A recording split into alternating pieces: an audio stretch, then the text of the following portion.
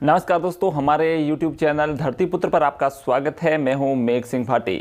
दोस्तों, काफ़ी दिन हो गए हैं जब मैंने एक वीडियो बनाया था और बताया था आपको कि मेरे फार्म की एक छोटी सी बछड़ी है जो कि लंपी रोग से ग्रसित हो गई थी और अब उसे लगभग 1 महीना हो चुका है। काफ़ी बुरी तरीके से वो इस रोग से ग्रसित हुई थी और उसके शरीर का लगभग हर हिस्से पर गांठें निकल गई थी।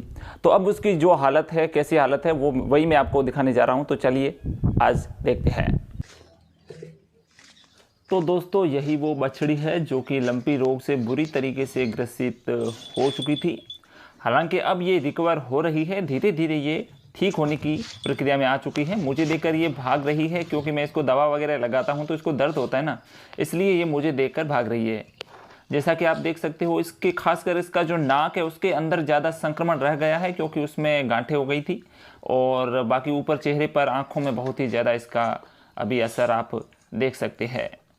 तो यही जगह है जहाँ पर इसका खास ज़्यादा इसको दर्द वगैरह होता है। बाकी तो जो है वो ठीक हो रहा है। अब गांठें जो है वो धीरे धीरे सूख भी रही है।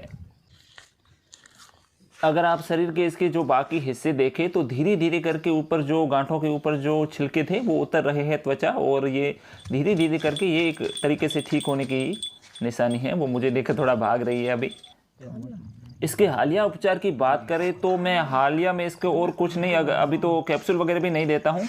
बस इसका जो घाव है जिसके अंदर वो रस्सी सी कुछ बनी हुई है, उसके ऊपर में एक ये आती है हाइड्रोजन पेरोक्साइड सॉल्यूशन कुछ करके आता है।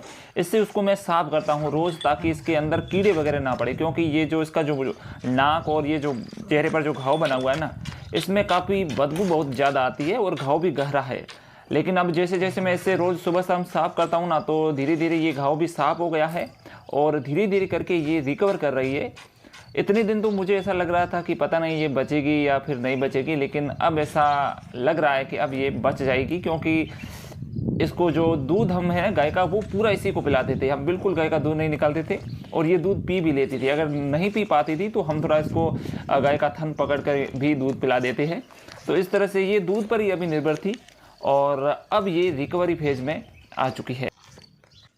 इसके ठीक होने की निशानी यही है कि अब ये चारा वगैरह भी खाने लगी है।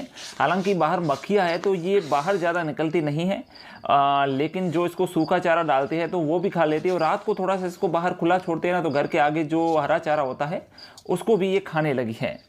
तो ये भी इसके एक तरीके से ठीक होने की निशानी है। और दूसरी निशानी तो यही है कि इसके जो भी गांठें बनी थी वो गांठें अब सूख रही है और इस तरीके से एक तरीके से हम कह सकते हैं कि अब ये बच चुकी है।